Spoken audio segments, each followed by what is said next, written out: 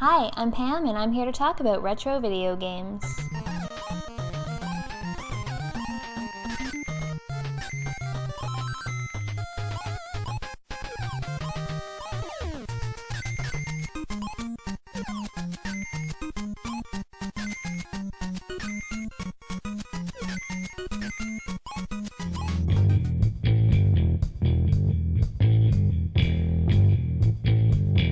This week I played another popular license game based on a cartoon. It's Chip 'n Dale Rescue Rangers.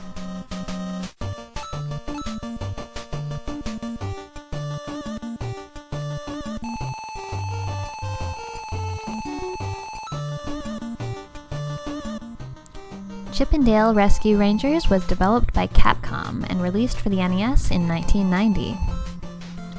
It's a platformer that allows you to play as either Chip or Dale who are looking for a missing kitten. But the missing kitten is just a decoy that allows Fat Cat to capture Gadget and force her to work for him so he can take over the city.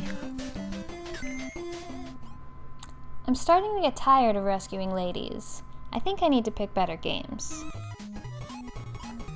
Rescue Rangers is a fairly straightforward platformer. You run, you jump, you dodge enemies. The chipmunks don't have weapons per se, and instead defeat enemies by throwing found objects such as boxes or apples at enemies. Or, most enemies can just be avoided.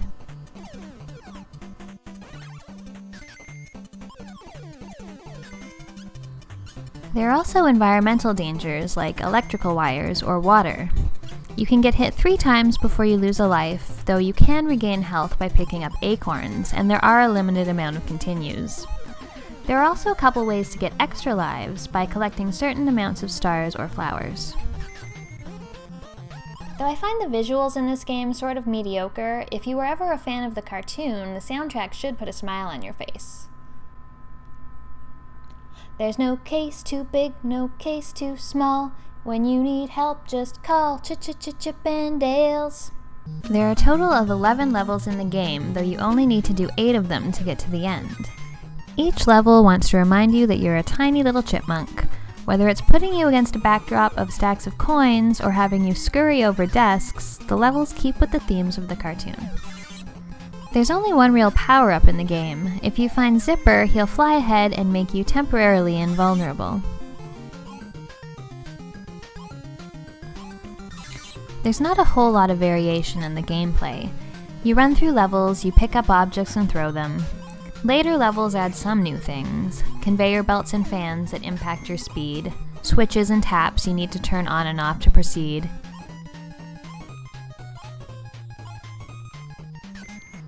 Enemies run the gamut from dogs to lizards and trilby hats to projectile-toting weasels.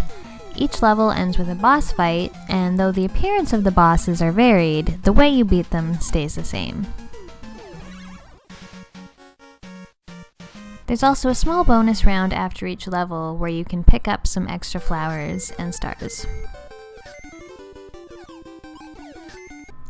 The game also offers a co-op mode. Here's a tip. Don't play this co-op with anyone you want to remain friends with. My boyfriend and I tried it, and it was not our finest hour. We ended up taking turns playing the single player rather than play the co-op for the sake of our relationship. The biggest problem with co-op? Friendly fire. There's collision between the two characters. You can pick up the other player, throw them. If you throw an object and they get in the way, they get stunned. You can screw up jumps by running into each other. For a game that's quite fun and easy on single player, the co-op experience seems way off base. Co-op makes the game harder and much more frustrating. Yes, this is me literally being carried through a level. Though I found the co-op experience slightly misguided, for the most part, Rescue Rangers is a fun, if simple game. It's very short, especially if you're skipping levels, and you should be able to beat it in under an hour. Now this one is not too rare. If you want to pick up a cart, you can probably get it for $10 or $15.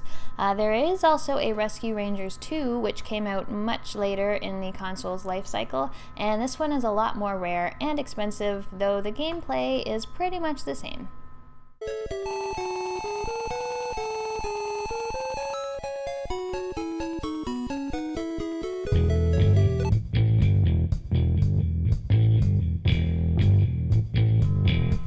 Thanks for watching, and I'll see you next time.